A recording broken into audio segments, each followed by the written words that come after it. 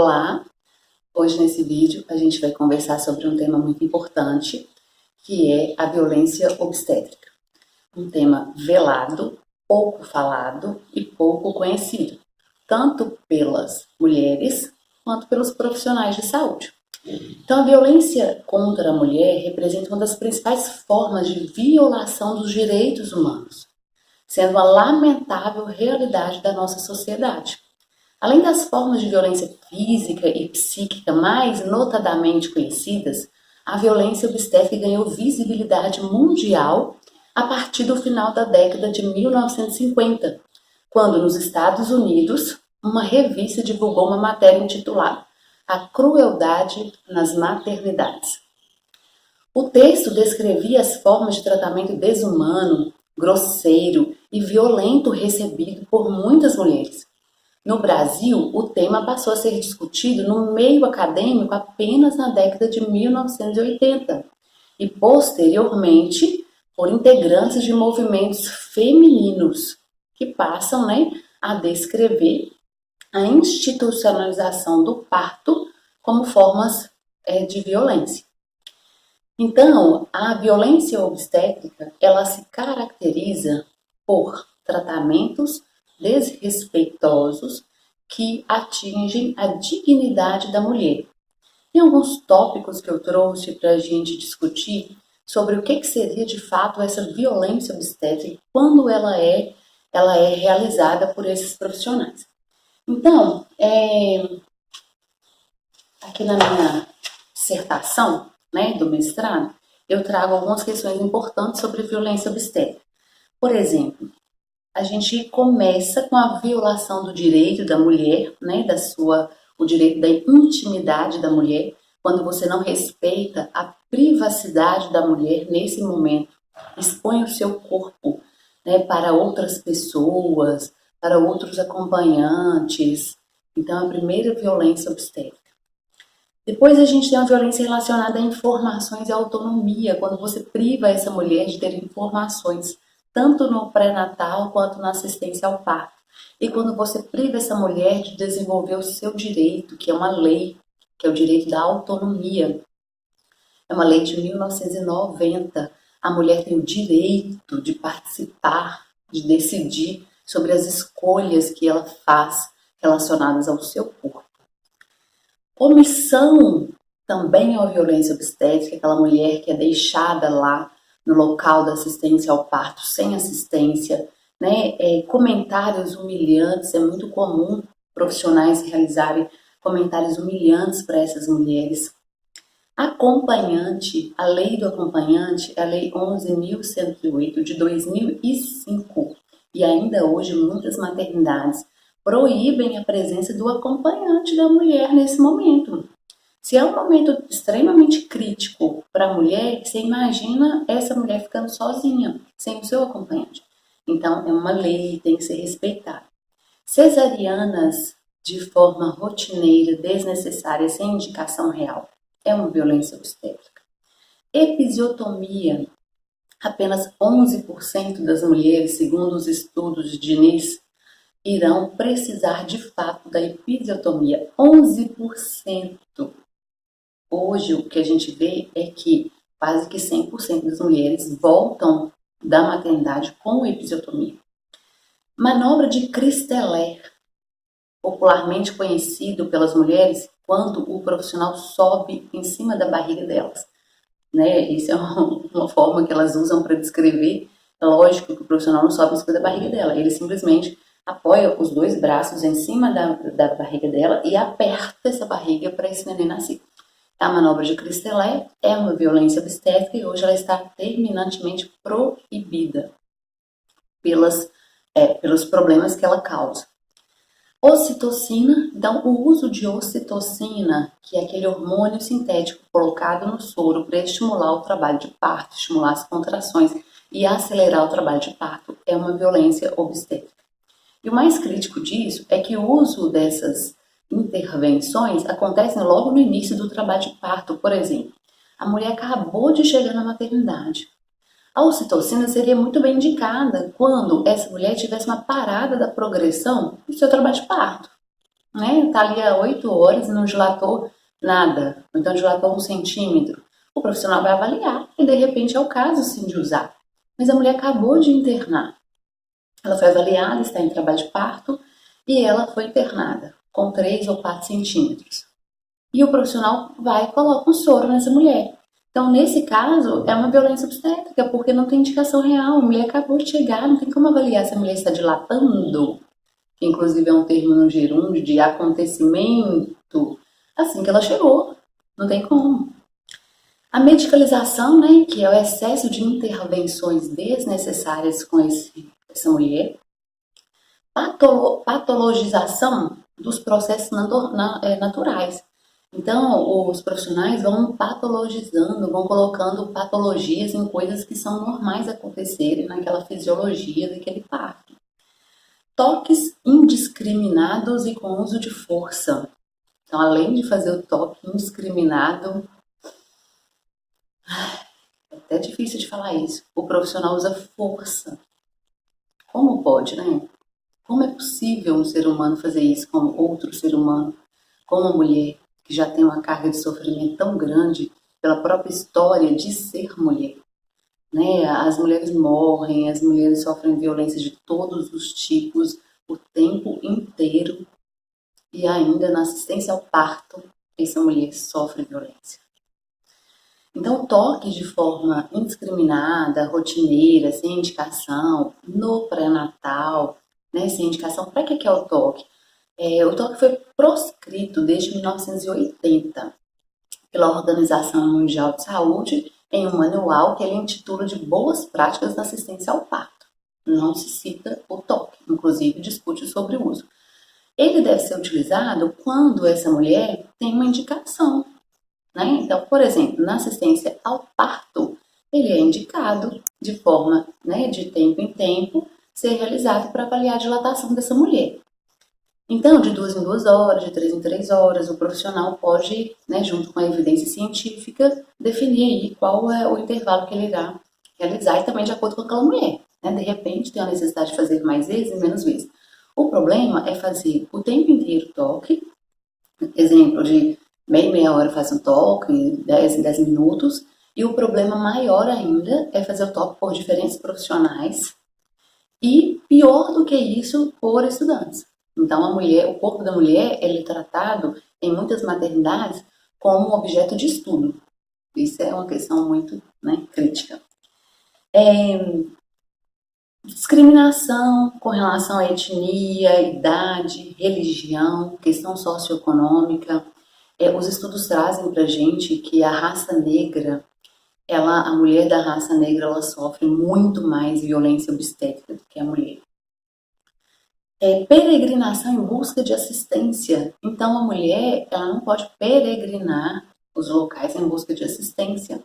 No pré-natal, ela tem que saber que a assistência dela é realizada em uma unidade básica de saúde que é baseada no seu cadastro de endereço. Então, ela já tem que ir no local correto.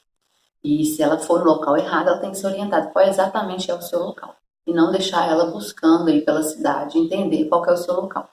Com relação à assistência ao parto, essa mulher chega em uma maternidade, tem em alguns municípios e muitas maternidades. E algumas maternidades fecham as portas e falam assim, não temos vaga, procure outra maternidade. Isso é uma violência obstétrica. O que a maternidade deveria fazer? Acolher essa mulher, atender essa mulher, e se essa maternidade não tem vaga, ela fazer o transporte e o encaminhamento responsável dessa pessoa, dessa mulher, para outra maternidade. Recursos materiais e humanos. Então, a gente precisa de recursos adequados para assistir essa mulher e a falta desses recursos está caracterizado como violência obstétrica. Restrição no leito, o que foi feito durante muitos e muitos e muitos anos e ainda hoje em algumas maternidades essa prática continua, é a restrição no leito. A gente sabe que o parto da mulher, o trabalho de parto é potencializado pela mulher e como pode um trabalho de parto acontecer de forma efetiva se você pede para essa mulher ficar deitada em decúbito lateral esquerdo e quietinha? Ela tem que andar, ela tem que movimentar, ela tem que abaixar, ela tem que levantar. Tudo que eu estou falando é caracterizado como violência obstétrica quando é feito rotineiro e sem indicação. É muito importante a gente entender que alguns casos disso que eu estou falando são indicados para aquela mulher individual de forma subjetiva. Então a gente precisa entender que às vezes alguma mulher vai precisar ficar restrita ao leito, né, no leito. Mas isso, quando você fala isso para todas as mulheres sem indicação, é que é uma violência obstétrica. Jejum. Imagine vocês fazendo uma maratona de atividade física em jejum. Você pode fazer uma analogia disso, trabalho de parto. O trabalho de parto natural, segundo os estudos, ele pode demorar, esses estudos que eu falo, é o consenso de parto normal, que saiu em 2016. Ele pode demorar de 12 a 18 horas, se ele for natural, né? Porque, claro, com as intervenções que acontecem, ele não vai demorar esse número de horas. Mas, naturalmente, você poderia esperar pelo seu trabalho de parto 12 a 18 horas, algumas mulheres chegam até 24 horas, outras ganham com 2 horas. Então, é muito individual. Então, imagine você ficar ali 15 horas de trabalho de parto sem alimentar, em jejum, sem tomar um suco, sem comer uma fruta. Isso é considerado violência obstétrica. A gente sabe que a alimentação é fundamental para a atividade física e o seu corpo, naquele momento, está fazendo uma atividade física intensa. Então, quando que a mulher deve ser colocada em jejum? Quando a indicação dela não é mais de parto normal e ela foi indicada por uma cesárea. Ela realmente vai ter que ficar de jejum. A amniotomia, que é a ruptura da bolsa. Então, a ruptura da bolsa, principalmente sem avaliar o corpo da mulher, a evolução do trabalho de parto, em que momento do estágio de trabalho de parto ela está, é considerada uma violência obstétrica. Também acontece essa ruptura dessa bolsa logo quando a mulher entra na maternidade. Então, muitas maternidades fazem um combo quando a mulher chega, que a gente chama de cascata de intervenções.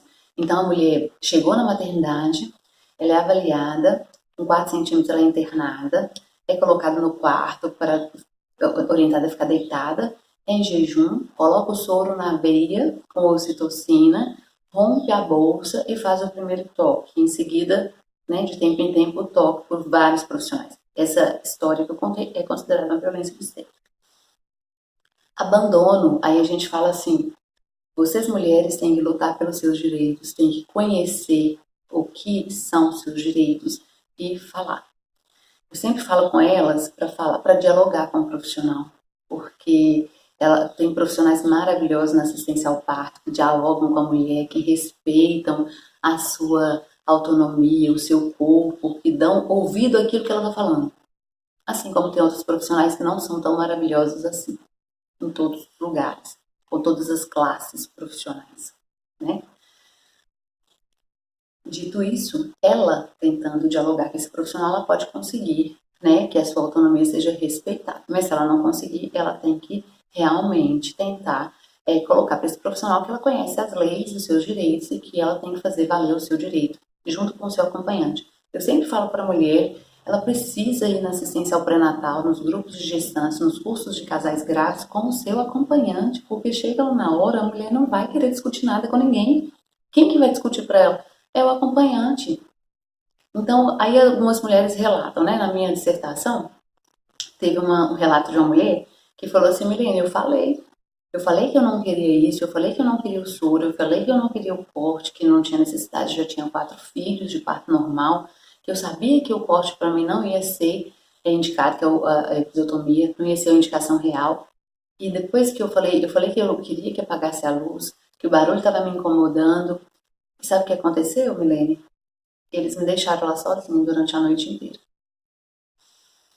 Então, o que a gente vê?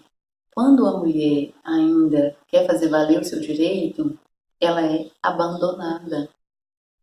Pensa, que situação. Mas não é por isso que a gente tem que desistir, não. Pelo contrário, eu acho que é aí que a gente tem que lutar mesmo. Existem ouvidorias, existem processos, a gente tem que lutar pelos nossos direitos. Né? Se a gente foi desrespeitada, a gente tem que lutar pelos nossos direitos. Eu penso que se toda mulher chegar na maternidade ou lá no pré-natal, falando sobre os seus direitos, dialogando com o profissional sobre o que ela conhece, os profissionais vão começar a mudar suas posturas, né? É fato isso, né? Eu lembro bem de uma história que uma enfermeira me contou, que ela foi fazer uma puericultura, e assim, uma coisa bem simples, né? Não, nem está relacionada ao que a gente está falando, mas só para exemplificar.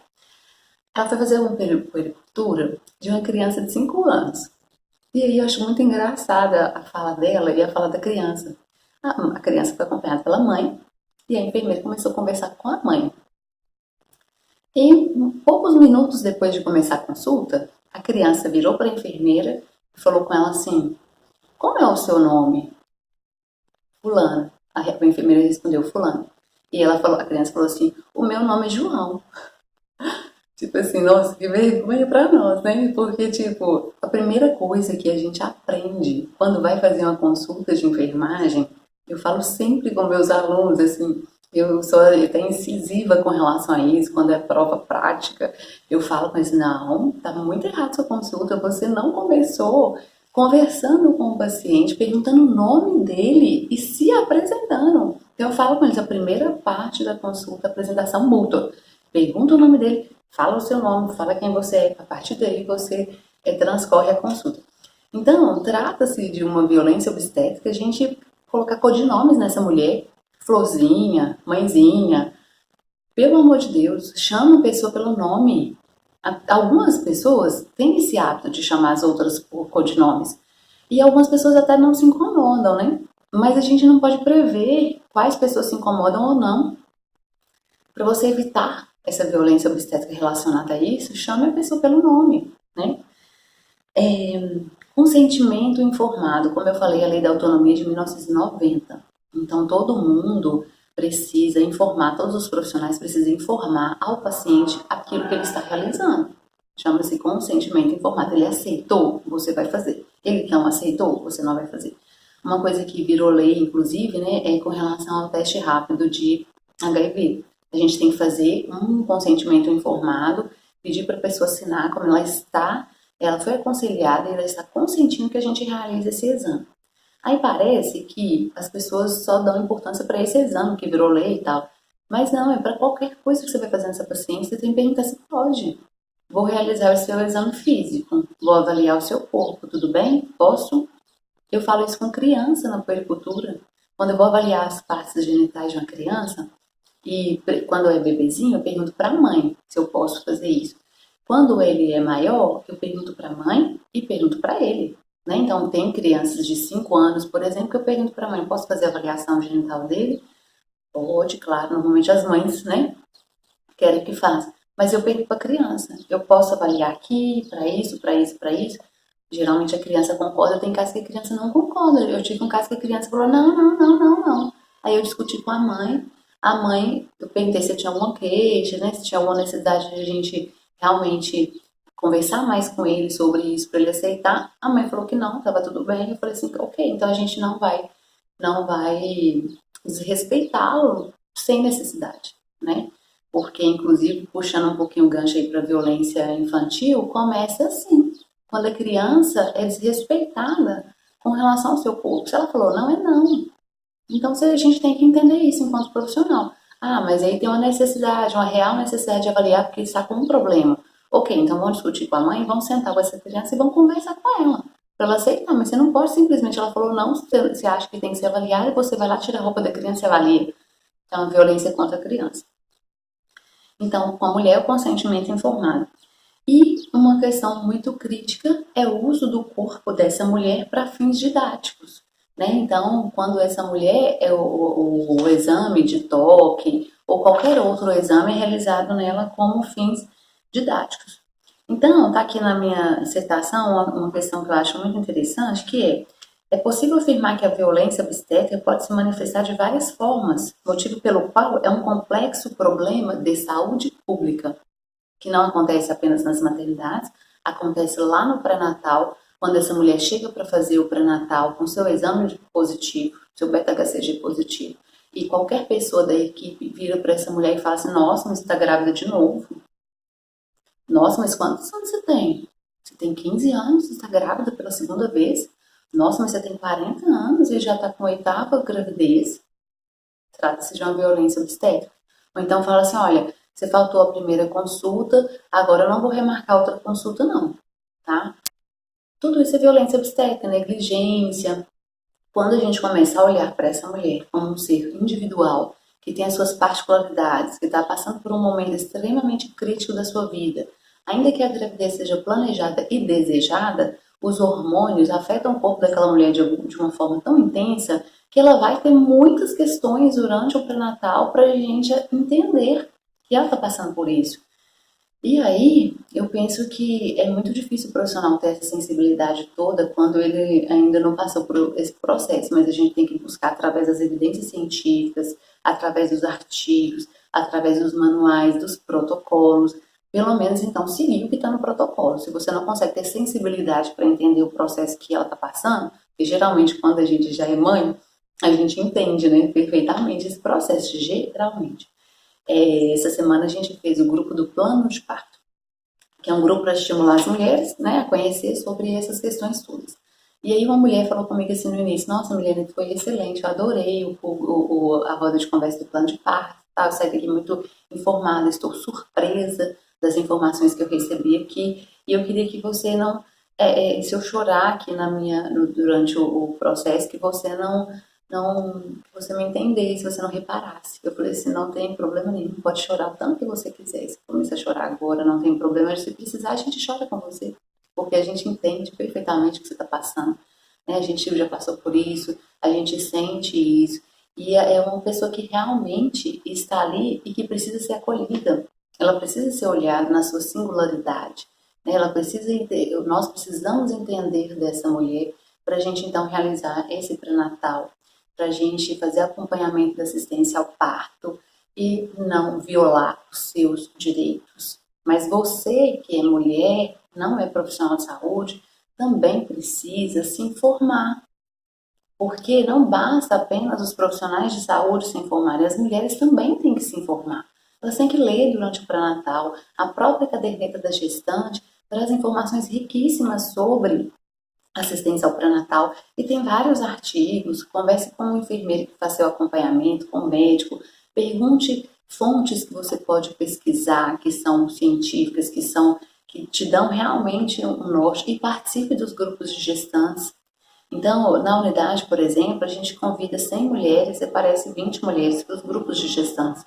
Então, ou seja, as mulheres também não estão buscando essa informação. E aí a gente fala assim: mas durante a semana é difícil, né? Porque as mulheres trabalham, as empresas não têm a menor sensibilidade para liberá-las, nem para consulta, quem dirá para um grupo de gestante.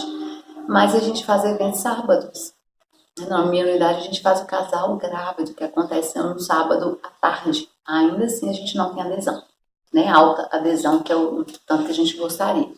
Então, eu gostaria de finalizar esse vídeo agradecendo, né, pela atenção, pela inscrição no canal. A gente vai estar discutindo sempre temas científicos relacionados às práticas de enfermagem humanizadas, né, as teorias de enfermagem que eu sigo são as teorias humanísticas, a teoria do autocuidado, a teoria das necessidades humanas básicas. Então, elas são o norte da minha assistência, do meu cuidado com os meus pacientes. Muito obrigada, até o próximo.